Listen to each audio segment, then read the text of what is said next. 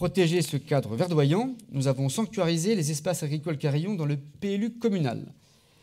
Ces espaces maraîchers figurent également dans les documents d'urbanisme de la communauté d'agglomération et de la région, ce qui garantit leur affectation agricole.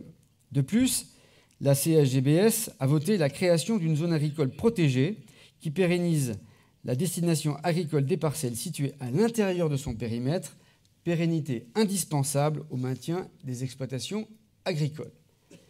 Par ailleurs, notre gestion municipale s'inscrit depuis de longues années dans une perspective de développement durable. Ainsi, en 2018, nous avons entrepris des travaux conséquents dans le parc historique de la mairie en créant un arrosage automatique dans le jardin dit à la française. Ce nouveau système, alimenté par l'eau de source, permet un arrosage raisonné et respectueux de l'environnement.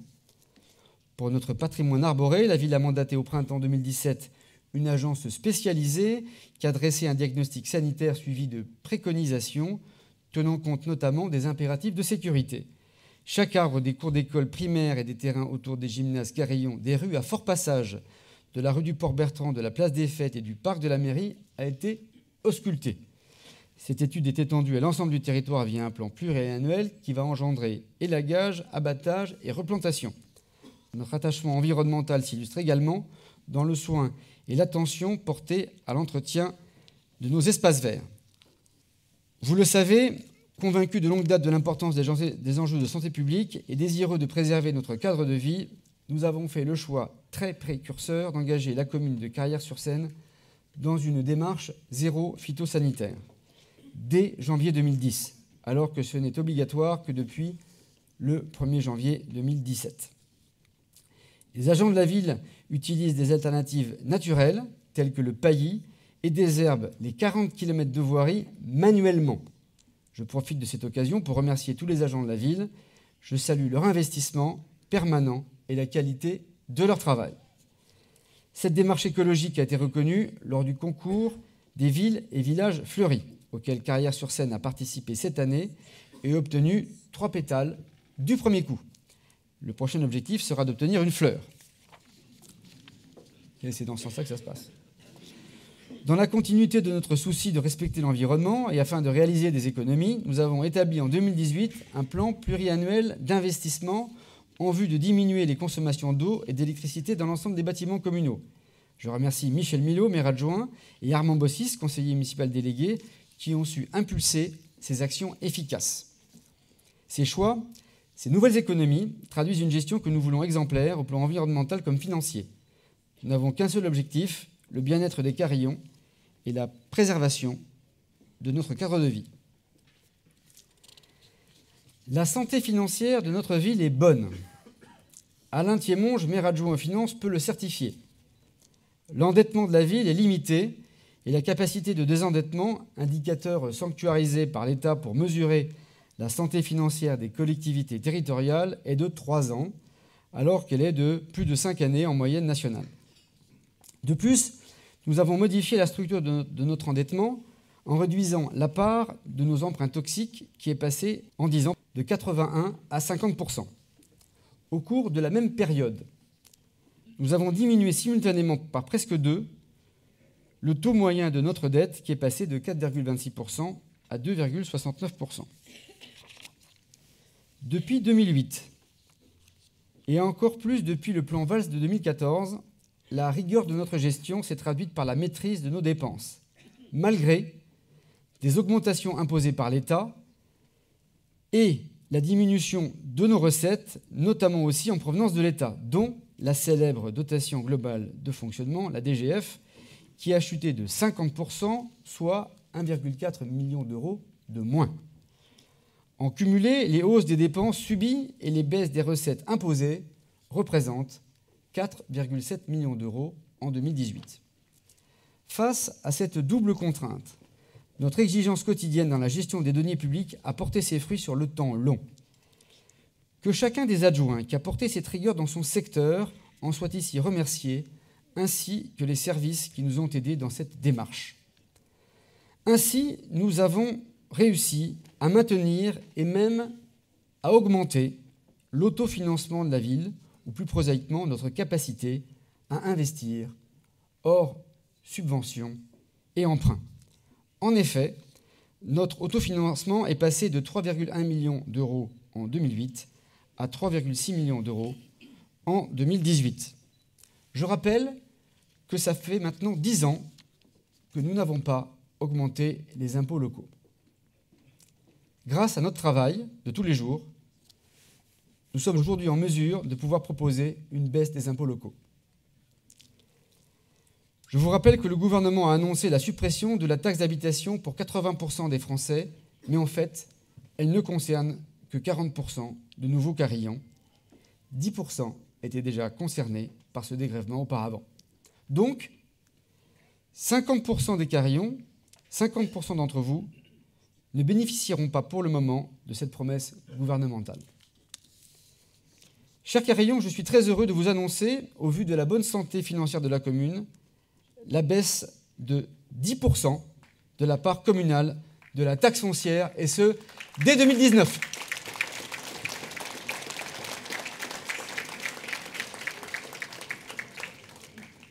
Cette baisse de la taxe foncière entamera légèrement notre capacité d'autofinancement, mais elle demeurera néanmoins toujours autour de 3 millions d'euros par an.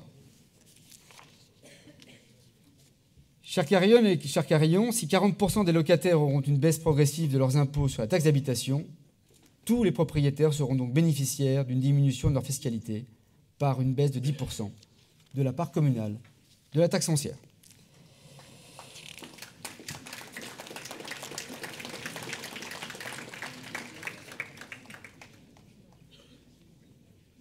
Annoncé l'année dernière, le projet de médiathèque prend forme.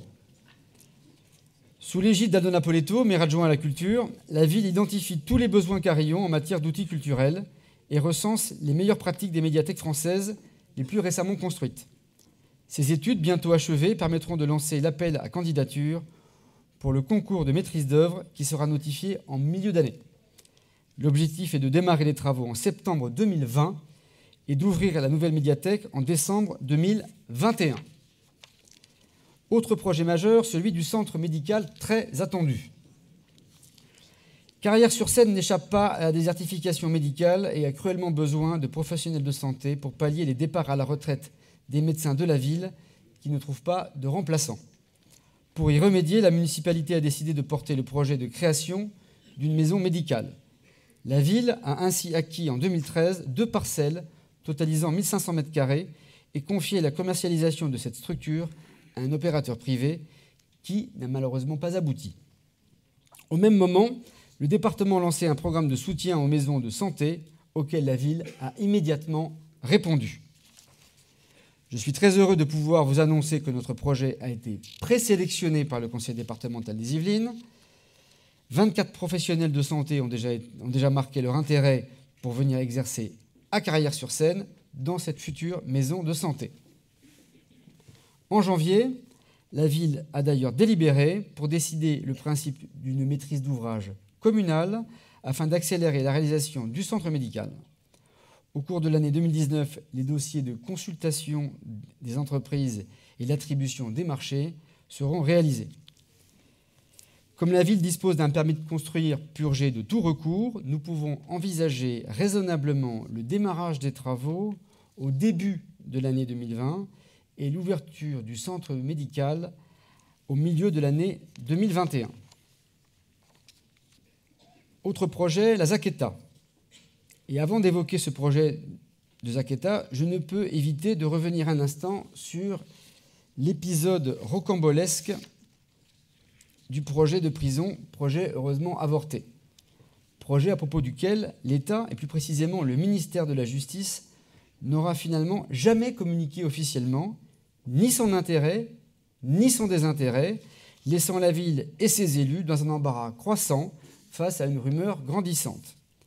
Sans notre très forte détermination et la clairvoyance ô combien précieuse de monsieur le préfet des Yvelines, Jean-Jacques Brault, que je tiens à remercier chaleureusement, peut-être serions-nous encore en train de nous débattre dans cet imbroglio très inconfortable. Ce projet dénué de sens a donc disparu des radars sans jamais y être officiellement apparu. Tant mieux pour Carrières, qui a des projets bien plus valorisants pour son avenir. Présentée l'an dernier ici même et reprise dans le magazine de la ville, la Zaqueta est un projet d'aménagement qui porte sur 70 hectares.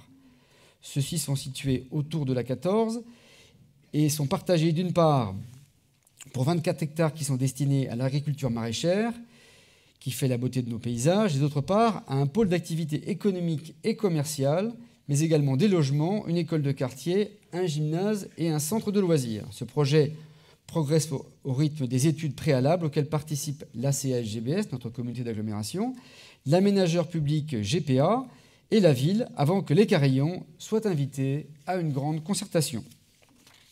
Ces études devraient s'achever au cours du premier semestre 2019. Nous vous tiendrons informés de l'évolution de ce dossier qui risque néanmoins d'être ralenti par la proximité de l'échéance électorale municipale, même s'il est fortement créateur de richesses pour la communauté d'agglomération. Ces répercussions au-delà du cadre Carillon seront immanquablement décrites de manière caricaturale par des opposants en mal de publicité. Mais le temps long jouera là aussi dans le bon sens et nous en sommes convaincus. Une des idées fortes qui dirige notre action depuis 2008 est de préserver le cadre de vie qui fait de Carrières-sur-Seine le village que nous aimons tous, dans lequel nous avons investi et élevons nos enfants. Vous êtes nombreux à nous rappeler lors des comités de quartier ou des rencontres fortuites votre attachement à notre ville menacée par la densification. Cette densification, il faut le savoir, elle est voulue par le législateur, avec plusieurs lois successives, depuis la loi SRU de 2000 jusqu'à la loi Allure de 2014, qui a supprimé les coefficients d'occupation des sols et la possibilité de fixer des superficies minimales pour les terrains constructibles. Face à ces contraintes légales, la ville a adopté son PLU peu avant la loi Allure, en anticipant la suppression de ces deux verrous de la densification. Ainsi, la ville peut se protéger de l'appétit des promoteurs toujours prêts à construire massivement sans se préoccuper des conséquences, et vous pouvez constater que la population de Carrières-sur-Seine est restée stable depuis 2008, autour de 15 500 habitants. Sans la détermination des élus, la vigilance de Michel Millot et des équipes de l'urbanisme, le visage de la ville, croyez-le-moi, aurait été radicalement transformé. Parmi les projets de la municipalité, certains nécessitent une ténacité et une persévérance chevillées au corps. Aurélien Devred, maire adjoint, s'y associe de manière énergique et volontaire. Ainsi, le projet d'équipement sportif des bords de Seine est plus que jamais d'actualité. Nous avons fondé beaucoup d'espoir et mis beaucoup d'énergie dans ce projet. De ce fait, les autres équipements sportifs ont été mis en attente car une grande partie de leur activité allait être basculée, voire plutôt bousculée, par l'arrivée d'un espace comportant terrain de tennis et de football. Ce projet a été fortement ralenti par les nombreux recours des sociétés propriétaires ou exploitantes de 2 des 3 terrains concernés. Néanmoins, après 9 procès, déjà gagnés par la ville depuis 2015, les voies de recours de ces opposants s'amenuisent et nous espérons que 2019 verra des avancées décisives pour la concrétisation de ces espaces sportifs. À ce titre, le jugement d'expropriation devrait intervenir très prochainement et nous espérons que la validité de l'arrêté de cessibilité sera également confirmée pour la seconde fois en appel dans le courant de cette année. Il ne restera plus ensuite, si j'ose dire, qu'un éventuel appel contre le jugement d'expropriation, voire 1 ou 2 pourvois en cassation, soit pas moins d'une douzaine de procédures judiciaires contentieuses pour pouvoir réaliser ces équipements sportifs publics. Ce ne sont pas les 12 travaux d'Hercule, mais ça y ressemble fortement. À ceux qui émettraient l'idée que cela aurait pu se faire ailleurs, je répondrai simplement que compte tenu des surfaces nécessaires pour réaliser des terrains de tennis et un terrain de football, il est impératif que la commune acquiert les terrains les moins chers possibles quand elle n'en détient pas, ce qui est notre cas. De ce point de vue, les terrains retenus pour ce projet constituent une véritable opportunité car les restrictions liées à leur caractère inondable les rendent quasi inconstructibles et leur utilisation pour des terrains de sport est l'une des seules valorisations possibles. Leur coût d'acquisition est donc sans commune mesure avec celui de terrains constructibles, nonobstant la procédure judiciaire. Le skatepark a ouvert sa surface de jeu le 7 décembre dernier, pour le plus grand bonheur des adeptes des sports de glisse. Situé à proximité du collège des Amandiers, les 600 mètres carrés consacrés à ce nouvel équipement accueilleront également une aire de jeu pour les plus jeunes et un cheminement paysager pour le plaisir des promeneurs. Nous aurons donc la joie de l'inaugurer officiellement le 10 février prochain. Des travaux sont donc encore à prévoir sur ce lieu ouvert à tous et déjà très apprécié et qui complète la liste de ceux que nos agents suivent de très près dans toute la ville. Vous vous souvenez certainement des 2 crues de Seine survenues en juin 2016 et en janvier 2018. 2 épisodes qui ont fortement endommagé 4 voiries, la rue de l'Abreuvoir, le quai Charles de Gaulle, la rue Claude Monet et la rue de Seine. Nous avons fait le choix de refaire ces routes avec une structure souple et hydrophobe pour que ces accès très empruntés soient résistants aux inondations. Ce traitement particulier a nécessité en contrepartie de lourds travaux en décaissant la chaussée sur près de 60 cm de profondeur. Ces voiries étaient gérées par la CHGBS dans le cadre de ses compétences jusqu'en janvier 2017. Ainsi, l'intercommunalité a su prendre en charge le financement d'une partie de ces travaux de réfection, ce dont je remercie le président Pierre Font. Le coût total de l'opération s'élève à 2,2 millions d'euros, dont une subvention de notre intercommunalité de 879 000 euros. Cela a été l'occasion de sécuriser les cyclistes et les piétons en modérant la circulation automobile par la création de ralentisseurs et d'une chicane. La majeure partie du chantier est à présent derrière nous et après des reprises électriques et de peinture sur les candélabres et la réalisation des enrobés des trottoirs et du parking de l'Abreuvoir, nous estimons une réception complète du chantier fin mars. Dans la continuité de ces travaux de bord de Seine, nous programmons la réfection de la rue du Port-Bertrand et de ses trottoirs au 2e semestre 2019. Est également prévu l'enfouissement des réseaux aériens de la rue de Beson entre la rue du Port-Bertrand et la rue de Seine, courant 2019. La réfection de la voirie serait réalisée courant 2020. Parmi les autres travaux d'envergure dont la durée épuise un peu les riverains, j'en conviens, mais qui contribuent à l'embellissement de notre centre historique, figure la fin des travaux de la rue Gabriel-Péri et de la rue Louis-Leroux. La réfection de la rue Louis-Leroux est quasiment finalisée, avec l'enfouissement des réseaux, la reprise de l'assainissement et l'aménagement de la rue en zone de rencontre. L'esthétique est soignée, et dans le même esprit que la rue du Moulin, et le stationnement a été repensé pour faciliter la circulation des piétons, des cyclistes et des automobiles. Toutes ces modifications ont été réalisées en concertation avec les riverains. Pour poursuivre cette volonté de faire de ce centre historique un lieu agréable à arpenter, la rue Gabriel-Péri, dans sa portion comprise entre la rue des Clos et la rue du Moulin, a fait également l'objet d'un enfouissement de réseau. Mais cette partie est plus délicate à traiter, car la ville de Carrières-sur-Seine doit bien son nom aux nombreuses carrières souterraines qui serpentent le vieux centre. Des travaux de comblement ont été nécessaires pour éviter tout risque d'effondrement. 900 000 euros ont donc été engagés pour sécuriser ce quartier. Comme je vous le disais, ce sont des travaux d'envergure qui prendront probablement fin d'ici mai prochain et la zone de rencontre pourra donc ainsi se poursuivre. Afin de continuer à améliorer le cadre de vie des Carillons, nous procédons à l'enfouissement des réseaux aériens dans les rues Gambetta et Ampère. La réfection des voiries est prévue pour le 2e semestre 2019. Nous projetons le même principe de réfection pour la rue du Colombier entre 2019 et 2020.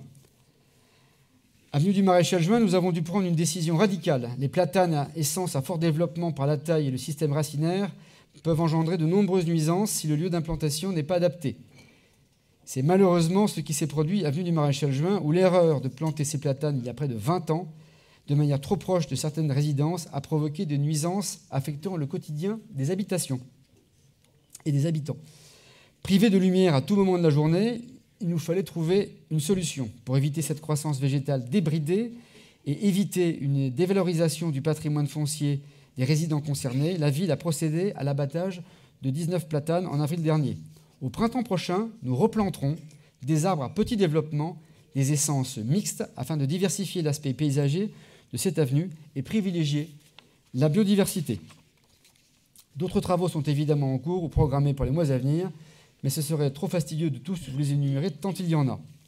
À la mairie, les volets repeints en blanc seront remplacés en février. Et surtout, un élément important, je suis très attaché au bien-être des agents au travail et j'ai souhaité qu'un espace spécifique leur soit affecté. À mes yeux, il était essentiel de leur proposer un lieu convivial pour se restaurer, ainsi qu'un endroit pour pouvoir se doucher après avoir pratiqué une activité sportive durant leur temps libre, ce que je les encourage vivement à faire. Des vestiaires, des douches et une salle de restauration seront donc ouverts au courant du mois de février. La fibre optique aussi est un sujet prégnant pour les Caraïons. Je vous rappelle que Carrières-sur-Seine est l'une des premières villes des Yvelines à avoir pu disposer de la fibre optique pour les particuliers sans que cela ne coûte 1 euro à la ville. Au 16 novembre 2018, plus de 82% des logements Caraïons sont éligibles à la fibre optique, 93% des pavillons et 73% des immeubles. J'invite donc tous ceux qui n'ont pas encore la fibre optique dans leurs immeubles à se rapprocher de leur syndic de copropriété.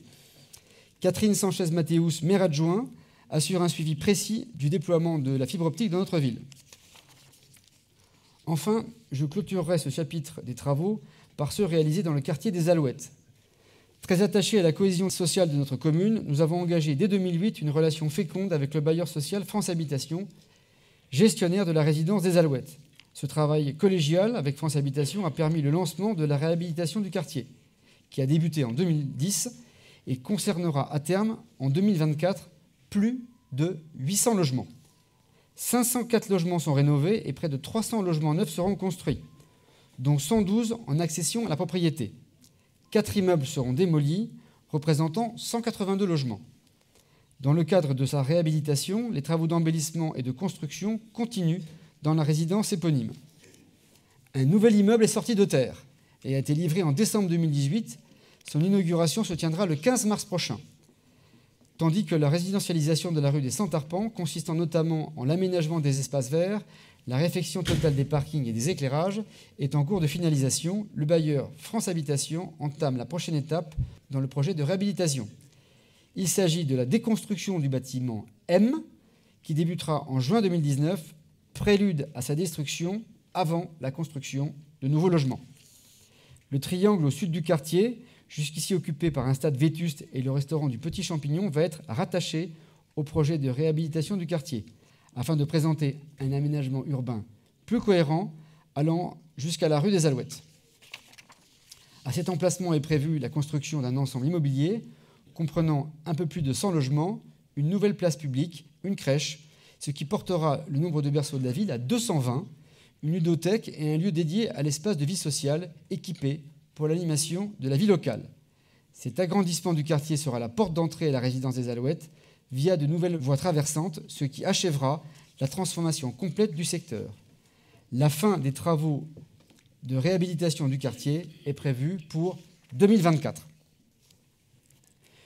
Une opération de grande ampleur complète utilement la réhabilitation du quartier des Alouettes et qui, sans conteste, est un investissement nécessaire et prioritaire pour la ville. Il s'agit de la rénovation de l'école primaire Jacques Prévert, qui est une composante essentielle de ce quartier. Ce bâtiment d'une surface de 3000 m², qui date de 1963, commençait à montrer de sérieux signes de vétusté.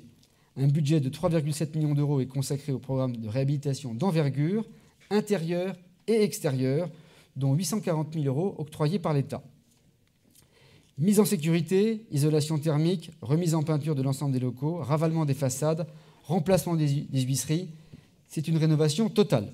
Et la touche finale, le renouvellement de l'intégralité du mobilier des salles de classe à la fin des travaux en 2019, qui seront également équipés de TNI, les tableaux numériques interactifs. L'année scolaire 2018-2019 a été marquée par 4 changements pour les enfants, mais aussi pour les parents, que Claire Lucas, maire adjoint à l'enfance et à la restauration scolaire, a porté avec compétence et engagement. Le premier de celui-ci, majeur, était le retour de la semaine de 4 jours, tel que demandé par la majorité des parents, des enseignants et les personnels de l'équipe éducative. Pour accompagner ce nouveau changement et faciliter l'organisation des parents, la ville a étendu la possibilité de sortie échelonnée aux élémentaires de 16h30 à 18h. La seconde modification a été le prolongement des accueils périscolaires jusqu'à 19h. Le troisième changement est l'extension des selfs pour les enfants avec des travaux importants dans la cantine de l'école du Parc. Les écoles des Planquatelaine et du Parc suivent à leur tour le nouveau modèle de self initié il y a 2 ans à Jacques Prévert. Les enfants apprécient cet aménagement qui les fait passer dans le monde des grands et les parents seront invités à une porte ouverte prochainement. Enfin, avec l'aide des administrateurs du CCS, le Centre communautaire d'action sociale, et sous l'impulsion de Marie-Ange Dussou, maire adjoint aux affaires sociales, une expérimentation a été mise en place à l'école Jacques Prévert pour donner une nouvelle dynamique au temps d'activité périscolaire, les fameux TAP, en instaurant la gratuité pour ceux qui ne pouvaient pas en profiter.